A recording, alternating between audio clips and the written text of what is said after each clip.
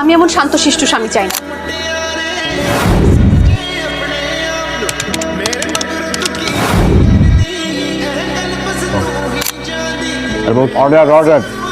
আমি এমন শান্তশিষ্ট স্বামী চাই না। তার অতিরিক্ত ভালোবাসা আমি অতিষ্ঠ হয়ে গেছি। সে আমার উপর কখনো কোনো রাগ করে না, একটুও চিৎকার চেঁচামেচি করে না, আমাদের মধ্যে কখনো কোনো ঝগড়া হয় না। আমি ভুল করি, যাই করি, কিচ্ছু বলে না। আপনি জানেন, আমি সকালে ঘুম থেকে ওঠার আগে সে চা রেডি করে বসে থাকে আমার জন্য। বাড়িতে এতগুলো কাজের লোক আছে, কিন্তু সে আমার সব কাজ নিজ হাতে করে। তার এই অতিরিক্ত ভালোবাসা আমি আর সহ্য করতে পারছি না। আমি এরকম দাম্পত্য জীবন চাই না। আপনি আপনার স্বামীর কাছে কি ধরনের আচরণ আশা করেন? আমি তর্ক করতে চাই, ঝগড়া করতে চাই। যারা বাঁচছেন, আপনার স্ত্রীর সাথে নিয়মিত ঝগড়া করবেন এবং তর্ক করবেন। দুদিন পরে মাথা নত করে তার কাছে গিয়ে ক্ষমা চাইবেন। অসম্ভব, ও কখনোই এটা করতে পারবে না। সে অসম্ভব লেভেলের ভালো একটা মানুষ। নবনীতা, আপনি অনেক ভাগ্যবতী। আপনার স্বামী একজন ভদ্র এবং নম্র মানুষ। আপনার উচিত তাকে সম্মান করা। আপনাদের এই মধুর সমস্যার সমাধান ডিভোর্স হতে পারে। তাহলে তো এই মর্মে আদেশ প্রদান করছে মিস্টার মার্সেল এবং নবনীতা, আপনাদের দুজনকে একই ছাদের নিচে বসবাস করতে। তুমি কি আমার ড্রাইভার? এরকম চামচামি করতে মানা করছি না? উচ্চ আদালত আপিল করবো। থাকবো না তোমার সাথে আমি।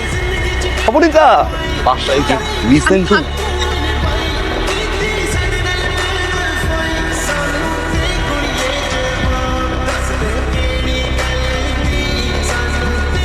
আচ্ছা, এই শিশুটা কে? মাফিয়া। এত ভয়ঙ্কর একজন মাফিয়া, ও তো আমাদেরকে মেরে ফেলবে। বিশুকে ভয় পায় সবাই, বাট বিশু আমাকে ভয় পায়। বিশুকে মাফিয়া বানাইছি আমি। তুমি কে? Mafia, secret mafia.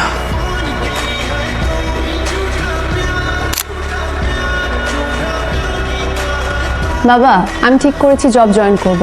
স্টাডিটা তো শেষ। সালামু আলাইকুম। ওয়ালাইকুম আসসালাম। আসলে কি হয়েছে কি, যে আপনার কন্যা নবনীতা, তাকে আমার খুব ভালো লাগছে। আমি তাকে শুভ বিবাহ করতে চাই। আসলে আমি আমার মেয়েটাকে উচ্চশিক্ষা না দিয়ে বিয়ে দেব না। আমি কি অশিক্ষিত রাখবো মনে করেছেন? আপনি কি আমাকে মানা করলেন? ঠিক আছে, তবে আমি হয়তো স্যার আর আসবো না, ছেলে পেলেরা আসবে। ঠিক আছে, আসি। দেখো, তোমার বড় ভাই অনেক অনেক ক্ষমতা করে, তার পক্ষে যা খুশি তাই করা সম্ভব। কিন্তু আমি তোমাকে বলি, একবার বাবার জায়গায় দাঁড়িয়ে দেখো তো, মেয়েকে এরকম একটা বয়স্ক লোকের সাথে বিয়ে দেওয়া সম্ভব? যে তোমাদের মতো কোনো যুবকের কাছ থেকে যদি প্রস্তাব আসতো, আমি মহা ধুমধাম করে বিয়ে দিতাম। বাবা, তোমার মেডিসিন নেওয়ার টাইম হয়ে গেছে। আমি রাজি হলে আপনি এই বিয়েতে রাজি হবেন?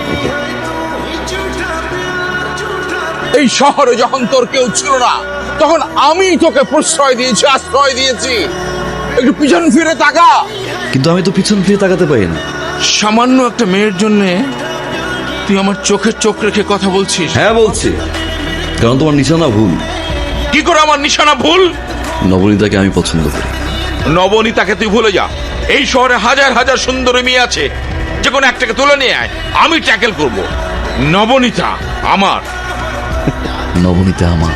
2 টাকার একটা মেয়ের জন্য তুই আমার সঙ্গে বিরোধে জড়াচ্ছিস?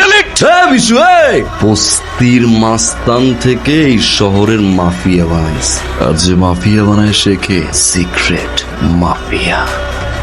তার মানে আমি যার সাথে থাকি সে একজন মাফিয়া?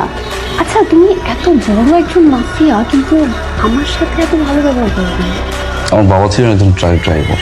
ওই বেডি হড়ে গেলি তুই। দর কল কোন জায়গা দেরি করছিস? হরে দেরি করলাম, তুমি টু দাওয়ানোর সাথে সাথে এই তো দরজা খুলে দিই। তুই আরেকজনের পোয়াক বল এনে এর গরম মধ্যে তেল তলর হর আই তুই ও তো আমায় কি করি আনি তুই জানোস না? মাইনসের হওয়া মানে কি? এবার আর হওয়া তো হওয়াবে আর তো। আচ্ছা তুই ইটার কথা হইলে কে তো গা চলো ন জ্বলিব না, এবার আর হওয়া নয় না, আমি হওয়াবের মান হয় না। ইটার গা হামাইয়ের মধ্যে হাবাবি না তুই। তো না হাবাবে না, হওয়াবের মারে তুই বিয়া করছিস নয় না, খাবন করব তো। আইরে তো বারে বেলা দিম না। নবুঝি ইটার তুই কথা তারপর দিন পরে তোমার বাবা মার কাছে আর গেছিলে? ওটা ছিল আমার সৎ বাবা। মা? কয়েক বছর পরেই মারা যায়। Really sorry. থাক, এটা নিয়ে আর মন খারাপ করো না, যেটা হলো সেটা তো হয়ে গেছে।